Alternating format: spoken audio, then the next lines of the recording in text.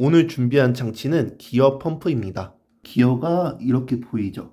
물을 옮기는 기어는 내부에 따로 있습니다. 오른쪽에 있는 물을 왼쪽으로 옮기는 펌프입니다. 안을 한번 볼까요? 내부에 기어가 있습니다. 이렇게 기어가 돌아갑니다. 기어 펌프에 실리콘이 덕지덕지 발려있죠. 방수 처리 때문에 발라놓은 거고요. 이 샤프트 부분은 원래는 오링을 껴야 됐어요. 집에 오링이 없습니다. 일단은 베어링에 실리콘을 붙인다는 게 지금 이렇게 되어 있는데 별 효과는 없었던 것 같아요. 축 부분에 방수가 안 되고 있는 상황이고요. 그다음엔 이렇게 케이스에 방수 처리를 했습니다. 찌기는 걸 봐야겠죠. 이 공기층을 한번 보시면 좋을 것 같아요. 이 공기는 어디로 빠질 수가 없습니다. 저기 있는 물이 왼쪽으로 옮겨갈 때 이 페트병이 쪼그라들 거예요. 자, 물이 나오고 있죠?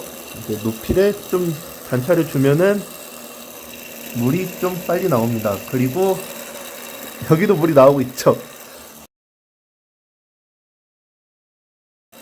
물통이 좀 쪼그라들고 있고요. 여기서 제가 만약에 모터를 끄면은 갑자기 물이 역류할 겁니다. 하나, 둘, 셋. 보셨나요? 물이 역류했습니다. 그 이유는 아주 쉽게 찾아볼 수가 있어요.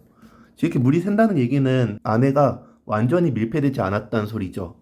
이 대기압하고 많이 다르진 않을 겁니다. 압력은 높은 곳에서 낮은 곳으로 흐르기 때문에 물통 내부에 있는 공기층의 압력이 이 기어 펌프 내부에 있는 압력보다 낮아서 물이 역류를 한 겁니다. 이 기어 펌프는 설계 라이브에서 직접 만들었던 기어 펌프고요. 거기서 출력할 수 있게끔 공차만 조금 조절해서 만든 겁니다.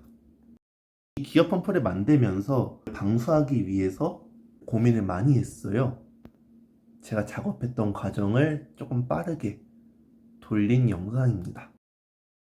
이번에는 아예 그냥 호스를 뺐어요. 그리고 담궈가지고 테스트를 해보려고 합니다. 여기 안에서 이제 펌프를 돌릴 거고요. 네, 물이 나옵니다. 이 물통을 껴서 물을 들어 올릴 수 있는지 볼 겁니다.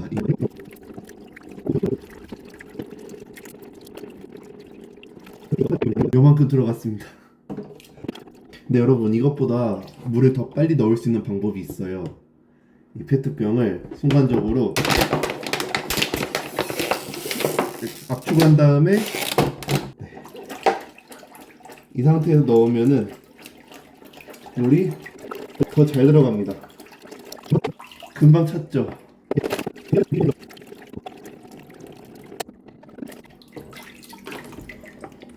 물이 꽤 많이 들어갔죠?